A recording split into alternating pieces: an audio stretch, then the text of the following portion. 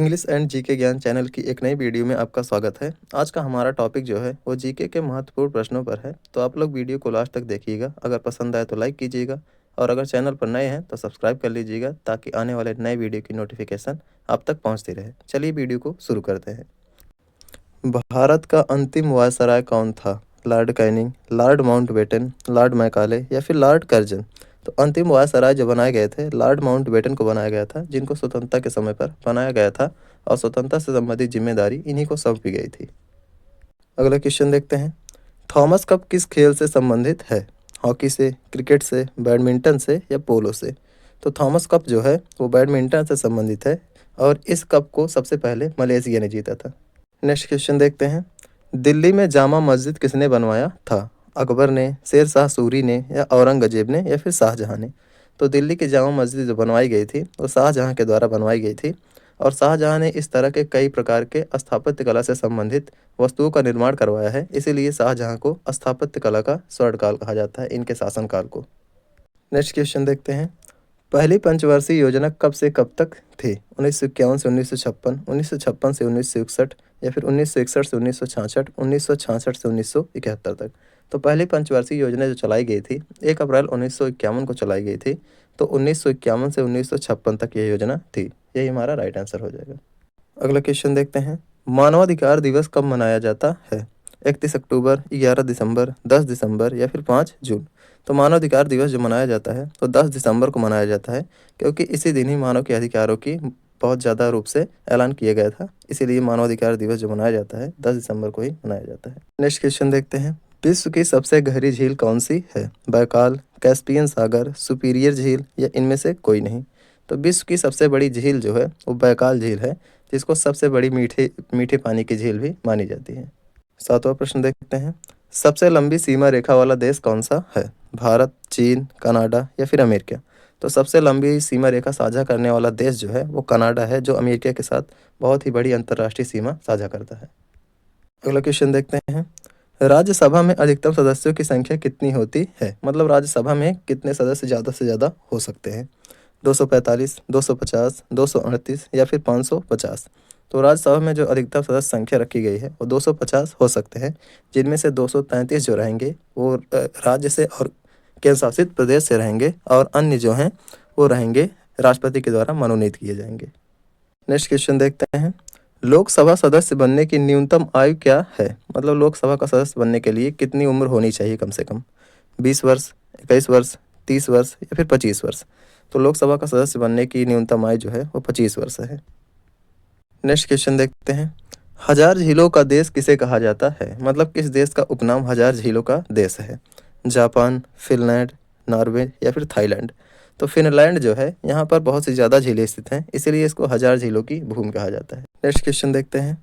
चीनी का कटोरा किसे कहा जाता है? यह भी एक उपनाम रखा गया है, किस देश का नाम है चीनी का कटोरा कहा जाता है? ब्राज़ील, क्यूबा, अहमदाबाद या फिर इटली? तो क्यूबा जो जगह है इसी को चीनी का कटोरा कहा जाता है, क्योंकि यहाँ पर विश्व का सबसे ज़्यादा चीनी का उत्पादन होता था, लेकिन वर्तमान में अगर देखा जाए तो भारत ने इसको पीछे छोड़ दिया है। नेक्स्ट क्वेश्चन देखते हैं। असहयोग आंदोलन कब शुरू हुआ था? 1919 में, 1918 में, 1929 में या फिर 1920 में? तो असहयोग आंदोलन महात्मा गांधी के द्वारा शुरू किया गया था। इसको इसलिए शुरू किया गया था ताकि अंग्रेजों का सहयोग न किया जाए। इनका कहना था कि जो भारत में शासन व्यवस्था चलाई जा रही है वो हमारी वजह से चल रही है, इसलिए हम अगर सहयोग न करें तो यह इनका शासन खत्म हो जाएगा।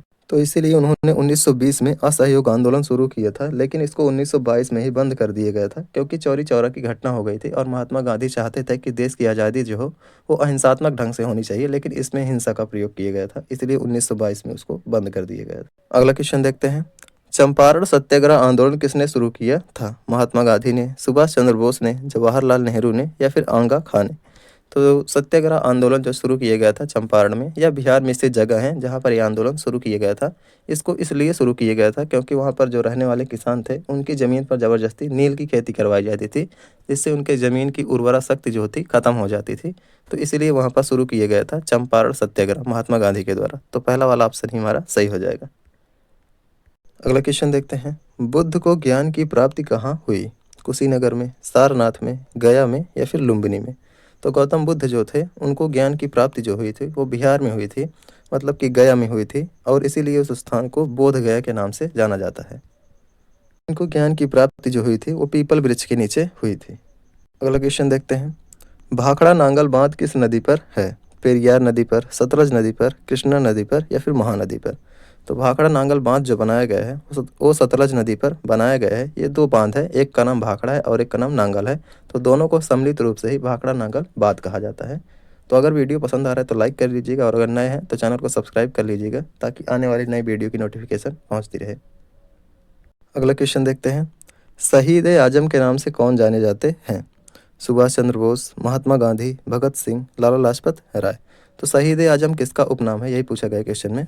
तो भगत सिंह जो है उन्हीं को शहीद ए आजम के नाम से जाना जाता है, जिसका हिंदी अर्थ होता है महान शहीद। अगला क्वेश्चन देखते हैं। चिल्का झील किस राज्य में है? तमिलनाडु में, उड़ीसा में, महाराष्ट्र में या उत्तर प्रदेश में?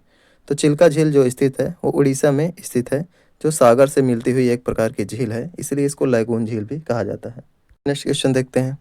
बक्सर का युद्ध कब हुआ था? 1764 में, 1757 में, 1526 में या 1526 में?